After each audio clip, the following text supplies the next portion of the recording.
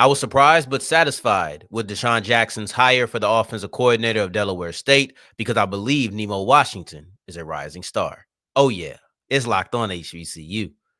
Play my music.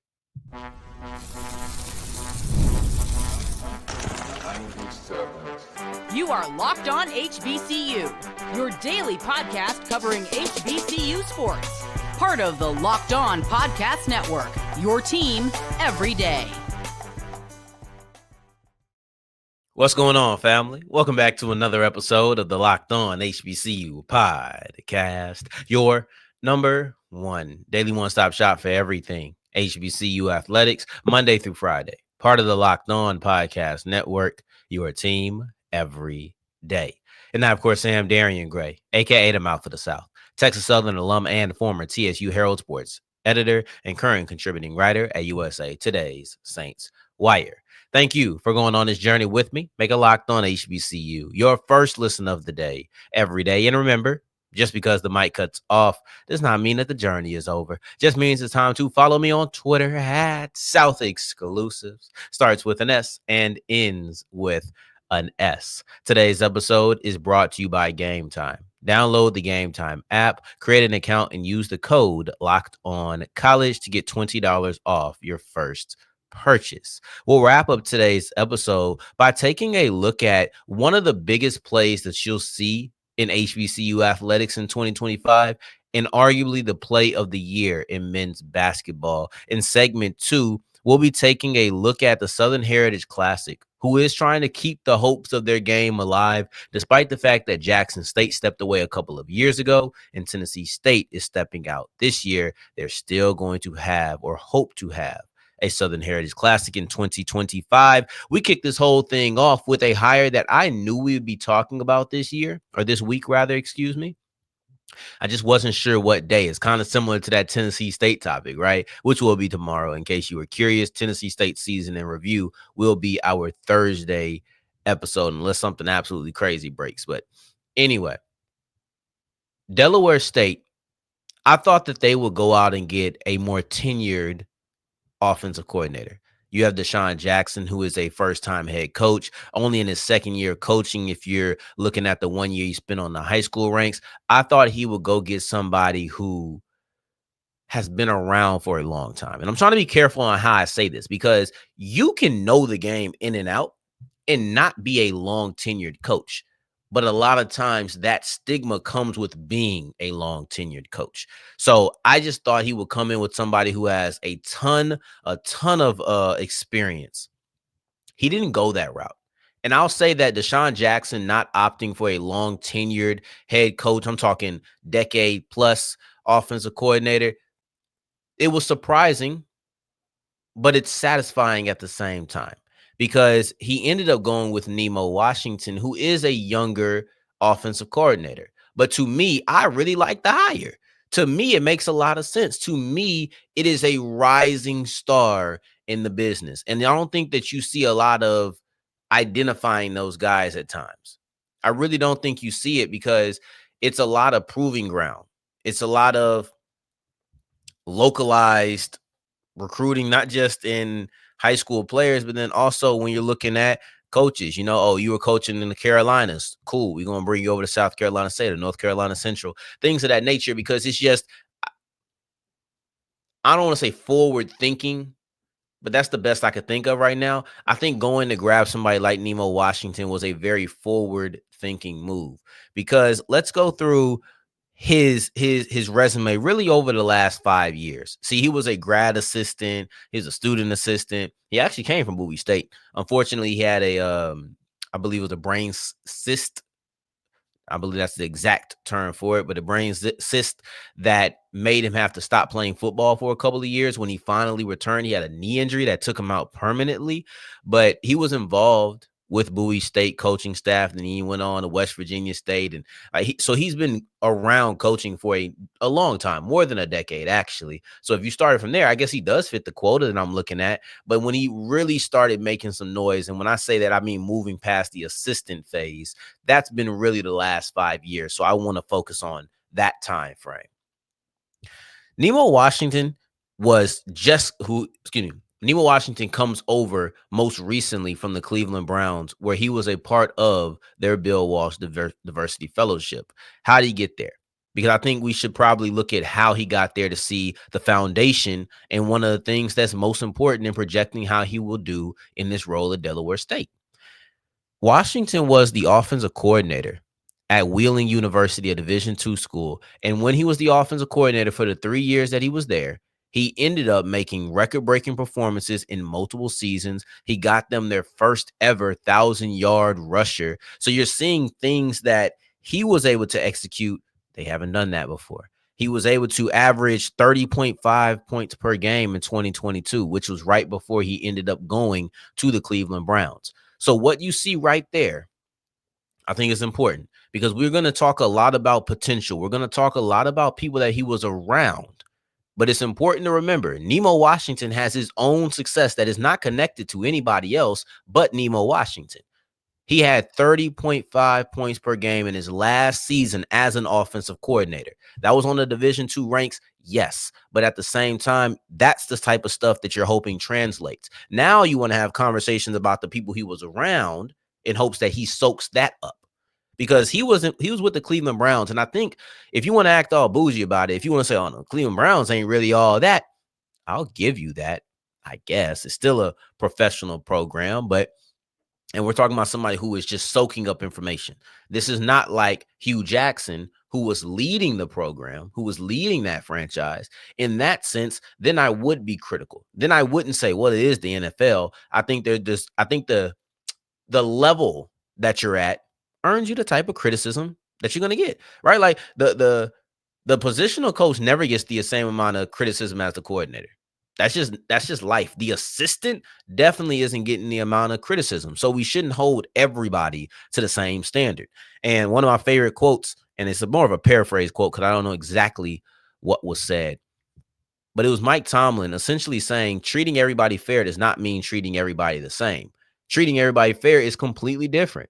And I think it's only fair to treat Washington with the premise of you're there to bring in information. You're there to soak up game. And I think that he had a pretty good situation to do that in. And I know many people might be questioning the Browns. Are you sure that he had a good opportunity?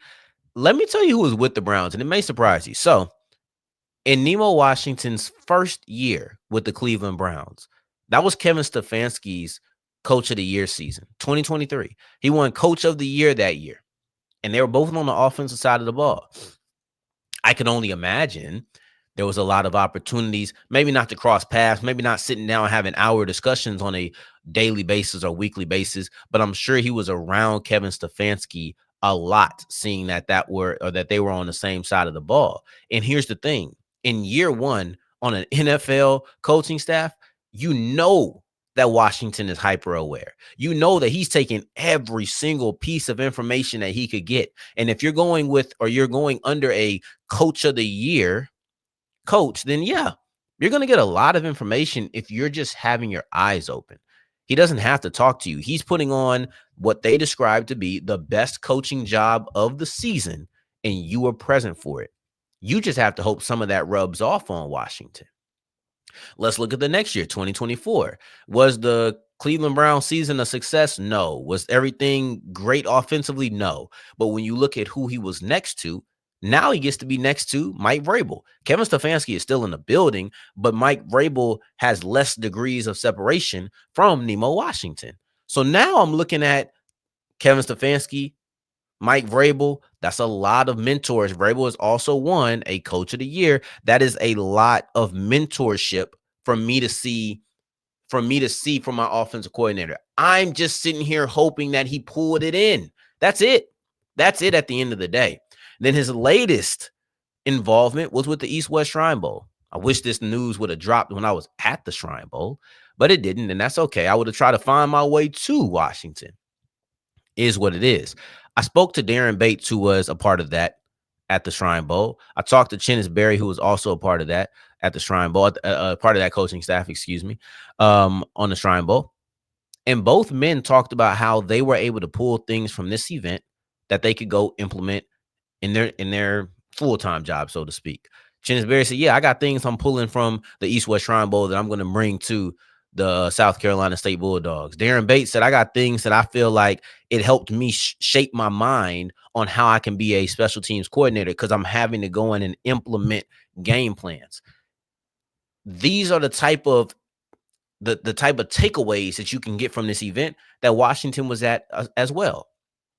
When it comes to Nemo Washington, a large percentage of the reason you want to be excited about this hire for Delaware State is the hope that he pulled in something from the resources that he's been next to, from the events that he's went to, such as the East-West Shrine Bowl. He was with the Cleveland Browns for 2 seasons. In that first year, Kevin Stefanski won his second Coach of the Year award. They were both on the offensive side of the ball. In Washington's second year, he was right there next to Mike Vrabel, who is a really good coach and honestly a steal for that Browns coaching staff. He was working with the tight ends just like Nemo Washington was. And you know what? I don't even have to talk about the people that he was next to because maybe the greatest hope of all is that he's able to continue the same success that he had at Wheeling University when he was an offensive coordinator. This is not his first time calling plays. This is not his first time leading an offense. The last time he did it was 2022. They averaged 30.5 points per game, and he was putting on record-breaking performances for Wheeling University. This is a huge reason. I was shocked when I seen they didn't go with somebody who had decade, 15 years of experience. But when you see his Nemo Washington and you see what he's done over the last 5 seasons, this looks like a rising star. From D2 to NFL to the East-West Shrine Bowl, there are so many things he could take away from his experiences to bring to Delaware State. Now, as you push forward, I want to take a look at, in case it wasn't clear, I like that hire. But yeah, so I got a good grade for that hire. But as we push forward, I want to take a look at the Southern Heritage Classic, which is going to try to keep pushing along despite the fact that Tennessee State is stepping out. I just don't know if they'll be able to. Let's look at that as we continue with Locked On HBCU.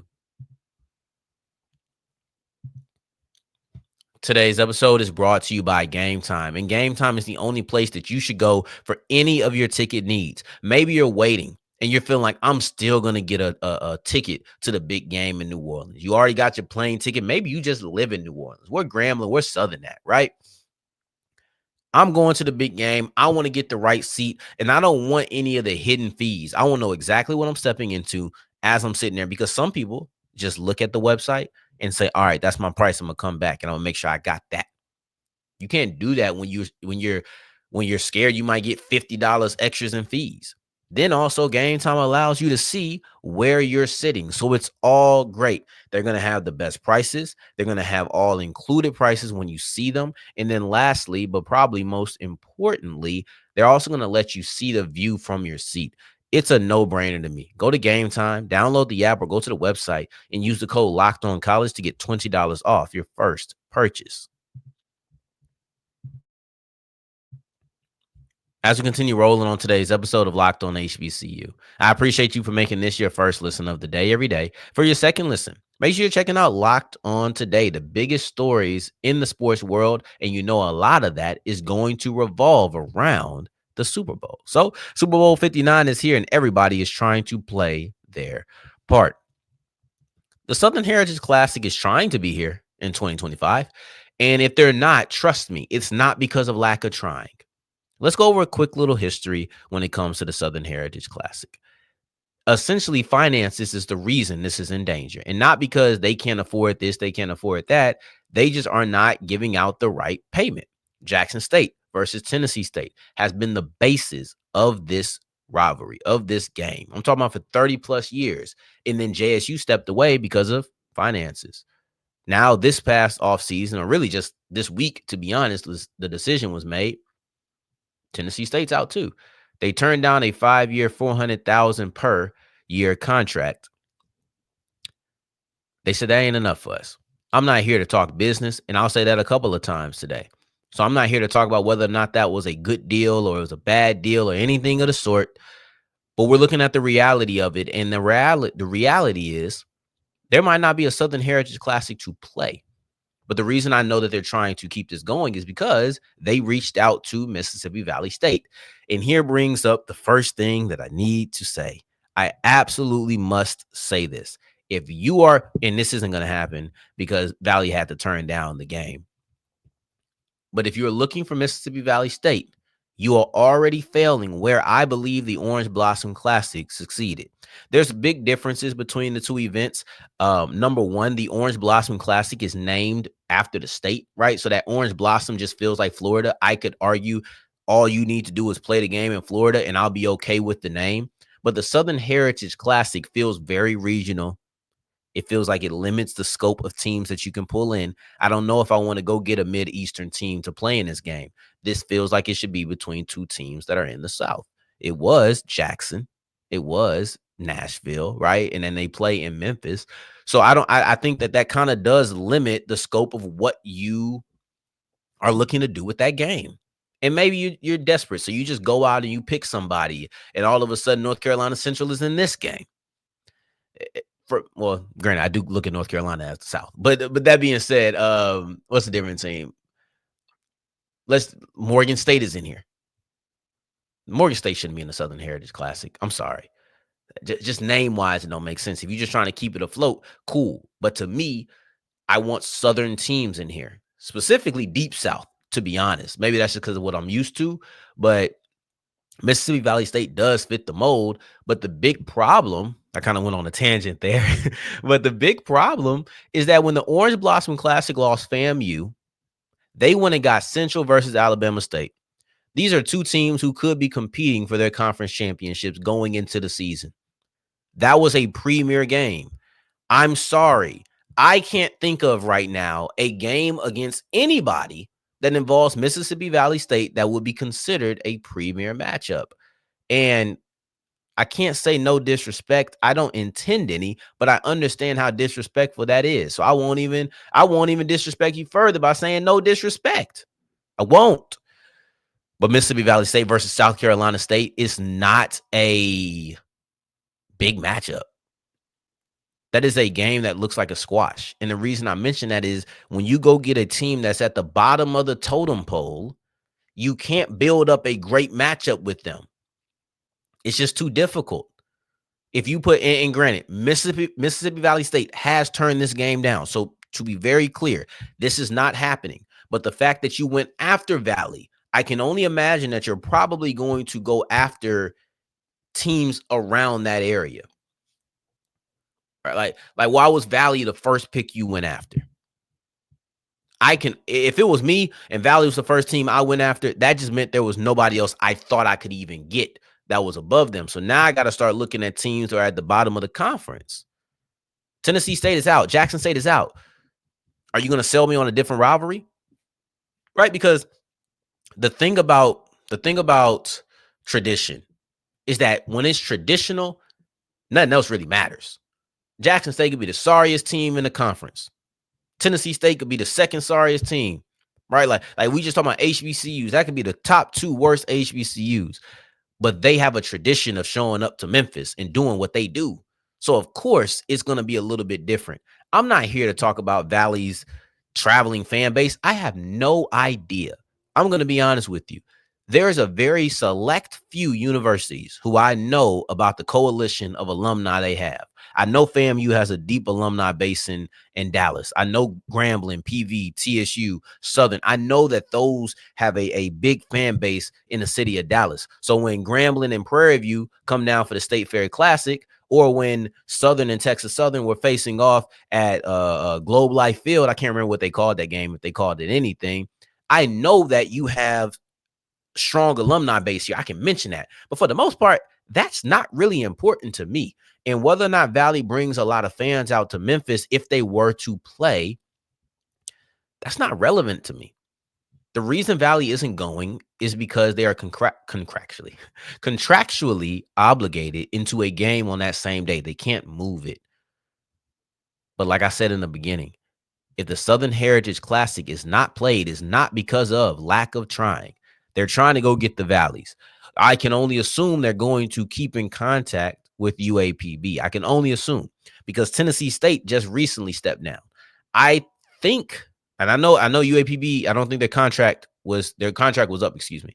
So now you're looking at a situation where, can I bring in UAPB in some other independent? Maybe I can try to bring in an A&T or something. Maybe I can do that. Maybe I can try to bring in um a South Carolina State, I don't know, something just to keep this alive. I don't love it. I think you really should take a seat. I think you really should take a break. This feels like the end of it, at least for a year. Get your money right. Be able to offer better funds to Tennessee State. Maybe be able to offer better funds to Jackson State too, and get the game how it's supposed to be and bring it back. Take a year, take 2 years off and bring this thing back the right way so that we can get back started with tradition. But right now, um, if I'm looking at a Valley caliber team, I'm not a fan. I'm not a fan at all, because I just don't think I'm gonna be watching this from my couch. I don't care about who's going to all be there. I don't care about attendance numbers. That don't matter to me. What matters to me is, what does the product on the field look like? How much can I anticipate this game if we're talking about preseason conversations? And Mississippi Valley State versus anybody is not getting me amped up. I'm not anticipating the game. If I watch it, but I can guarantee you I will not feel like I have to watch that game. The Orange Blossom Classic gave me Alabama State versus North Carolina Central. I needed that game. As we push forward, Norfolk State had arguably the biggest play of the year in men's basketball in the HBCU landscape. Let's break that down as we wrap up today's episode of Locked On HBCU. Today's episode is brought to you by Prize Picks. The big game is almost here, and there's no better way to make it even more exciting than with Prize Picks, the best place for your daily fantasy sports, with over 10 million members and billions in winnings awarded.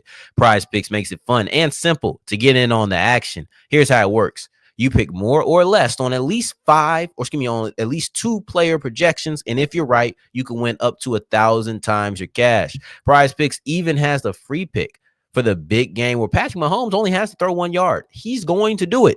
Pair that with one more correct pick and you're cashing out. I'm going with Travis Kelce and his more on the receiving yards, and I'm going Jalen Hurts less on his passing yards. So download the app today and use the code LOCKEDONCollege to get $50 instantly after you play your first $5 lineup. That's Locked On College for $50 instantly after you play your first $5 lineup. Prize Picks, run your game.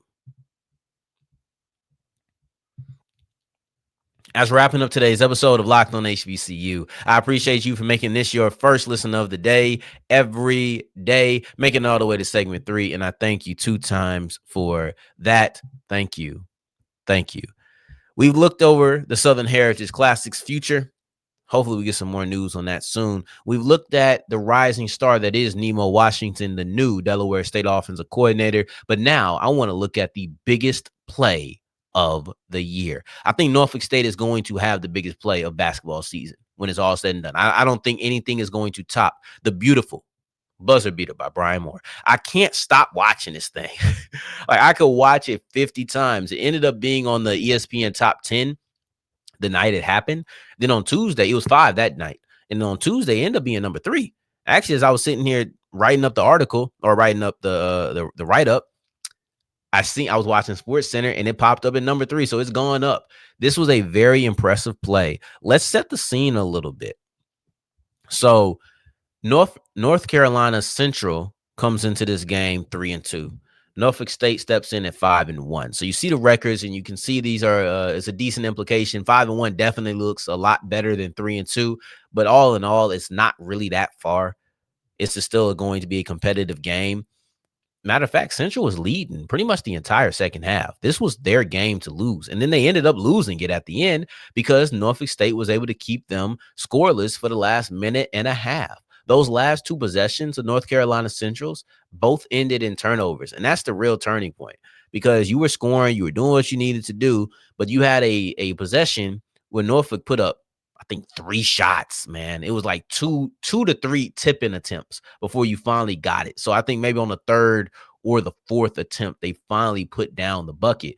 But guys, this last minute and a half It's teach tape on how to close.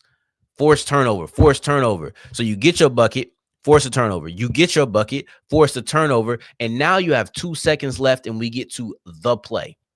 We get to the play that made it to ESPN. And on that play, you end up throwing the ball because you got to go the entire length of the court. Many times in 2 seconds, you'll see a timeout, try to get it to half court, but that wasn't an option. You have to take this ball from one side of the court to your side of the court and hope that you can get up a good quality shot. I don't know if you got up a good quality shot, but you know what's funny about it is that they ended up getting fouled anyway. I feel like they kind of buries the lead though, huh? Yikes. But anyway, they threw the ball in from to almost half court. So they took it in from the baseline, threw it all the way down to nearly half court to Meding. And Meding tossed the ball right over his shoulder to a cutting Brian Moore. And you would have thought that maybe he was going to take it, pass it back to the guy who inbounded it real fast because he was sprinting up. But no, you went ahead and tossed it over to Brian Moore, who was a few feet behind the 3-point line and shot it up with about a 0.1 second on the clock. So it wasn't a lot of time. He had to basically catch and shoot. And it was a runner from behind the 3-point arc, right? Like that's really what it was. And he made it. And everybody went crazy. And the fans stormed the court. You're 5-1 and your fans are storming the court. That tells you how impressive of a play it was. Because when you're 5-1, it's not like I'm storming because I won. I'm storming because of how I won. And it was an extremely impressive play. Extremely impressive play, guys. The reason I want to stress how big, and mind you, if he did miss, they got a foul call, and it was a clear foul. Because I don't think he was expecting the shot. But you foul that, and you could go ahead and shoot a free throw if you needed to. I want to stress how important this was, though. You won, so now you're the only one-loss team in the conference. Yes, 4-2 versus 4-2 and 5-2 would have looked very close.